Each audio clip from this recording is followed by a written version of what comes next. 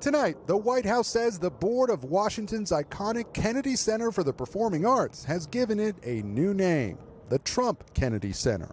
Well, I was honored by it. The board is a very distinguished board, most distinguished people in the country. Earlier this year, the president blasted the Kennedy Center's programming as too liberal and criticized the appearance of the building. He ousted most of the previous board members, installed himself as chairman, and hosted the Kennedy Center Honors, while securing $250 million from Congress for renovations. We saved the building. The building was in such bad shape, both physically, financially, and every other way, and now it's very solid, very strong. But Democrats tonight are outraged.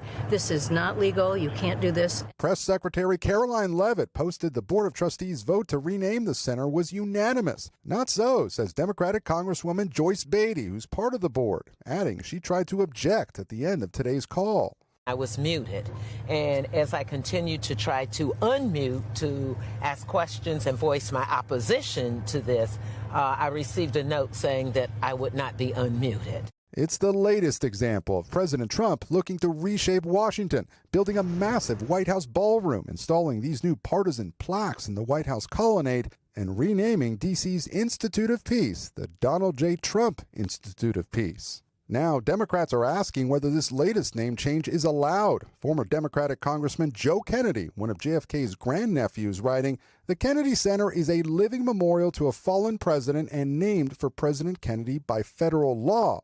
It can no sooner be renamed than can someone rename the Lincoln Memorial." And Gabe, another headline we're following tonight. The president has been on defense on the economy, but he got some good news on the cost of living today. Yes, Tom, new numbers show inflation has dropped from 3% in September down to 2.7%, much lower than expected. Core inflation hitting its lowest level since 2021, though analysts warn there are gaps in the data because of the government shutdown. We thank you for watching, and remember, stay updated on breaking news and top stories on the NBC News app or watch live on our YouTube channel.